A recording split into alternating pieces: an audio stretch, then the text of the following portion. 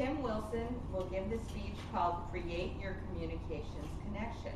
And what you need to know about this is it's part 3, so there have been 2 earlier parts. And he's giving it to encourage all state employees to join a Toastmasters Club. Tim?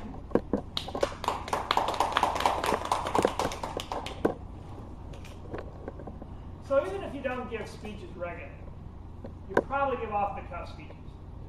Sorry. Hold that down until 10 minutes. Oh, then Yeah, then even if you don't give speeches regularly, you probably give off-the-cuff speeches.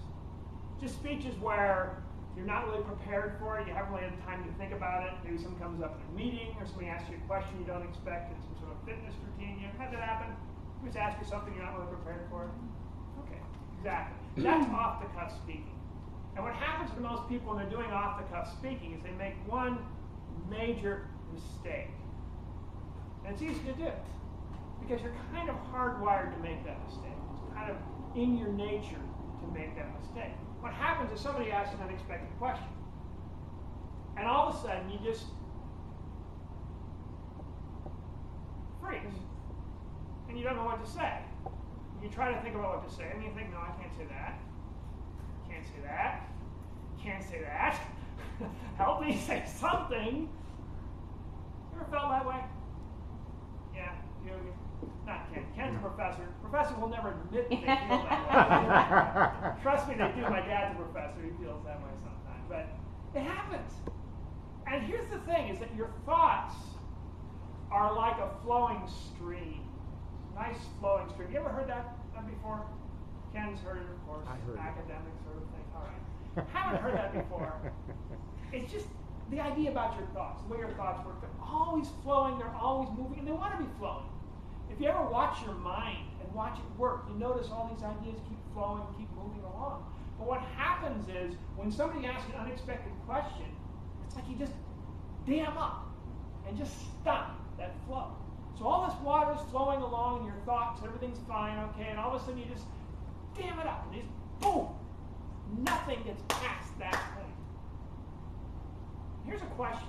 If you have a dam and there's water behind it, what happens to the water pressure behind the dam? It starts to go, builds up, right, exactly, Pat, right, it starts to build up, so the pressure starts to build up.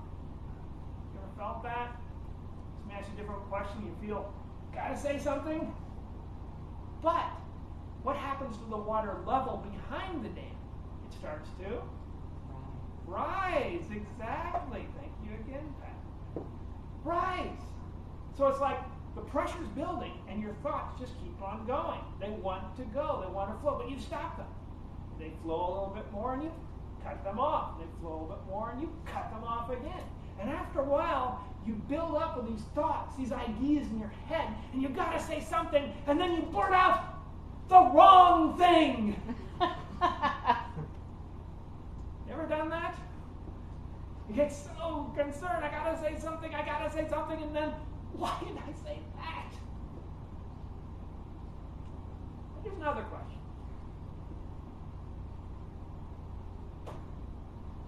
If you just said the first thought that came to your mind, would that have been better than what you eventually said?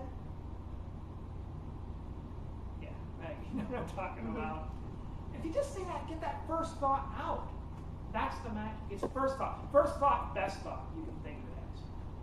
First thought, best thought. Just get that first thought out. And once you get the first thought out, then things will start to flow, then things will start to go. Everything will kind of go from there. Everything will start to flow and start to move from there. So once you get the first thought out, that's really the secret off the cuff. Getting that first thought out. Because then you get the first thought out, and that naturally leads to a new thought, or a next thought. You get the first thought out, leads to a next thought. So you get some other ideas about that thought, some more details about that thought. Now going back, presentation. Some of you have heard it, some of you haven't. If you haven't, here's what happened before.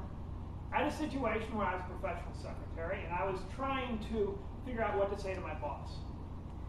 And my first thought was a problem with booking hotels. We'll get into that a little bit more further on. We have the somebody gets up to volunteer. Pat, you'll be my volunteer. All right. Voluntold, as But my first thought was that if you just book the hotels further in advance, then I could handle the problem. Because I wasn't getting his hotels booked because he'd asked for very popular hotels. What I eventually ended up saying was that I'll book your hotels when they're available, which was not a good thought. And that was all because I didn't let that first thought out. I didn't let that first thought go, so I just blurted out something that just made no sense at all. But if I had let that first thought out of I'll book your hotels further in advance, then I could have said, and for instance, I could book several hotels. Tell me all the hotels you want, I could book all those hotels in advance, and then there wouldn't be any problem. I just canceled them as the time got closer. That could be, for example, the next thought I could have. And then if you have your first thought, your next thought, that leads to a new thought. It's like this stream that's flowing suddenly splits in a new direction and goes in different ways. Ever had your mind do that? You're thinking of something and suddenly new ideas come to it? And that's the creative process. If you get that thing flowing, you can explain this to your clients, by the way. So if you get your thoughts flowing and you let them go, then new ideas split out. And you get new ideas. Like perhaps you get a new idea for this situation of, well, if you don't want to book things further in advance, maybe you stay in less popular hotels. That's another possibility too. Then I can book things for you. So that's the process.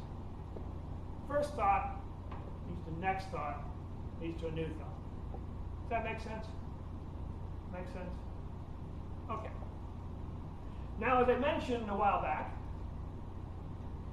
you didn't get to hear it, but I did mention a while back. I'm going to need a volunteer. Volunteer, Pat's volunteering, thank you. And just a second before I use you, just a second. First of all, I want to make sure that everybody's clear on this first thought and next thought and new thought. So what I want you to do is Pat's going to give an off-the-cuff talk using these ideas of first thought, next thought, and new thought. I'm going to have to set it up for you, Pat. What I want you to do is listen to what's the first thought Pat gets out? What are the next thoughts that come out? And then what are the new thoughts that happen after that? Is that clear? Okay, so now we're officially at the volunteer portion. So, Pat, come on up. All right. A little bit of time here. I explain the whole situation to Pat. Basically, it's a setup from the beginning of my speech. If you remember, there was this guy, Ted. You're a professional secretary. You just started a new job. Got this guy in your desk, Ted, tall guy, brown hair. Real bottom line kind of guy. Don't want to mess with him. But he wants to stay in New York, and he takes different hotels every time you try to book things. And the problem is, he always wants to stay in the most popular hotels in New York. So you call it travel, and travel says, no, I'm sorry, those hotels are booked for weeks after. There's no way you can get in. So you say, okay, give me what else you have. So Ted doesn't get his hotels. Weeks and weeks go by, Ted doesn't get his hotels. Finally, Ted comes out to your desk and says, Pat, come into my office.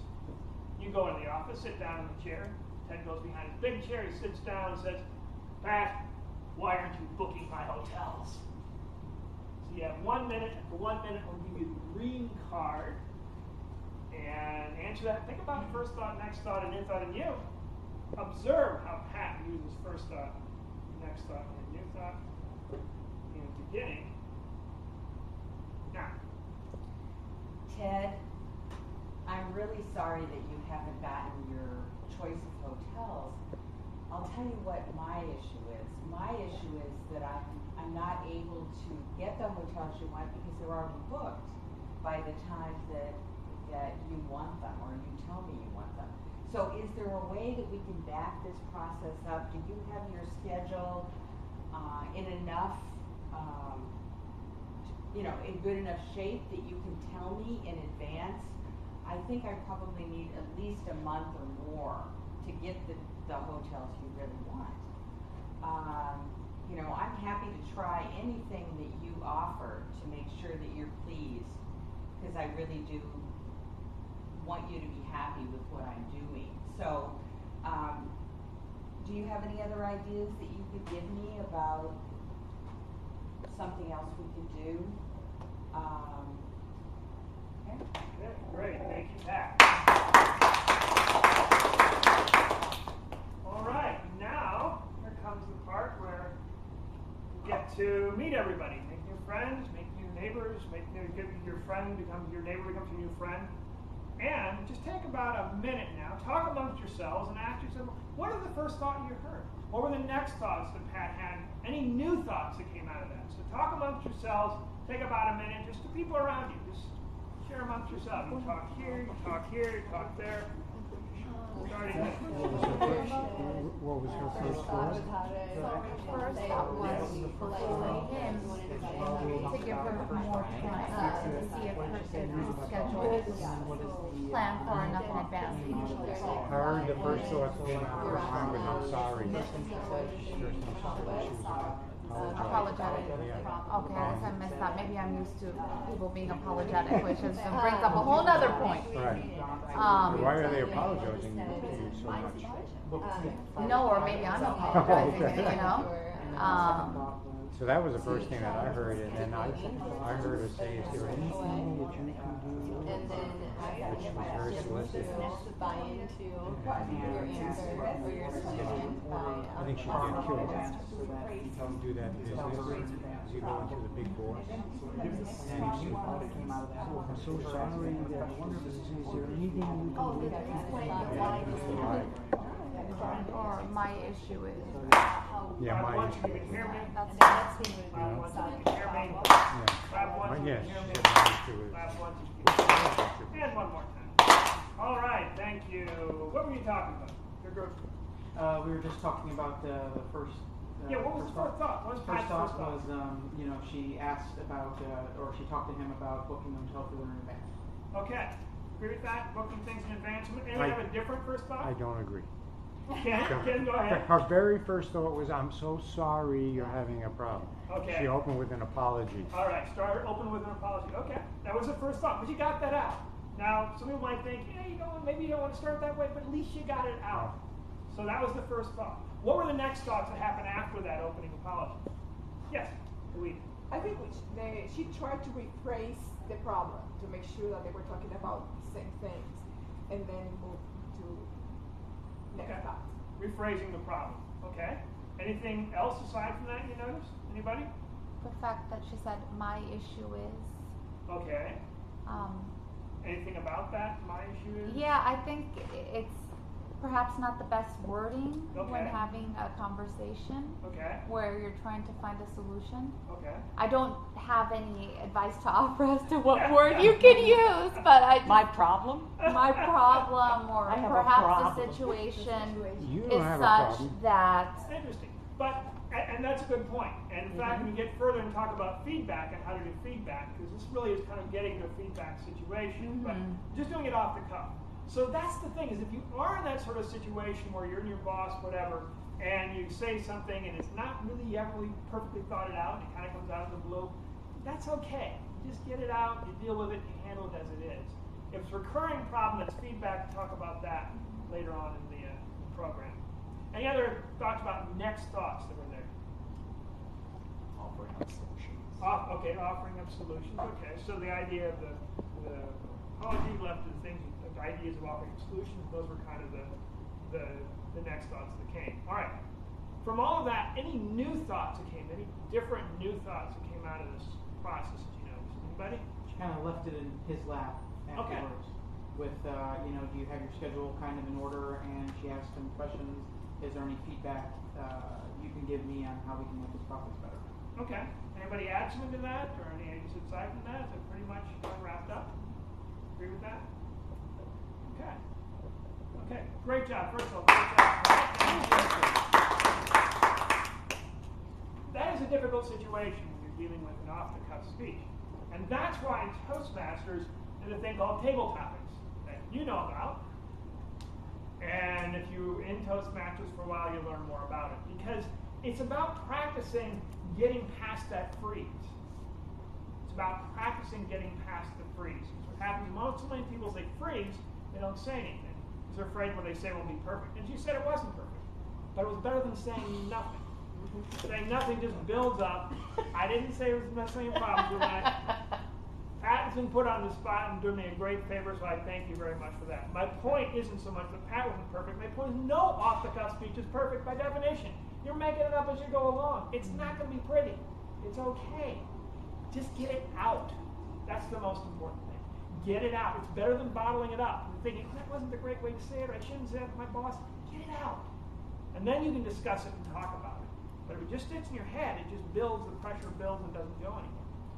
So as mentioned, there's Toastmasters as tabletop. It's to practice getting it out. Practice getting it out in front of people. And you're doing that, as Megan now knows. You have time things with the green card at 1 minute as you answer the question, and the yellow card at 1.5 minutes, the red card at 2 minutes. And that's tabletop. It's a way to practice off-the-cuff speeches in a safe, supportive environment. Because otherwise what happens is you kind of explode these things because you haven't practiced it, you haven't worked on it. Practice it, you get better. But as mentioned, while this is off-the-cuff, more likely really what you do when it's a feedback session. Feedback takes 3 steps. There's a third step most people don't do. As a result, their feedback is not effective.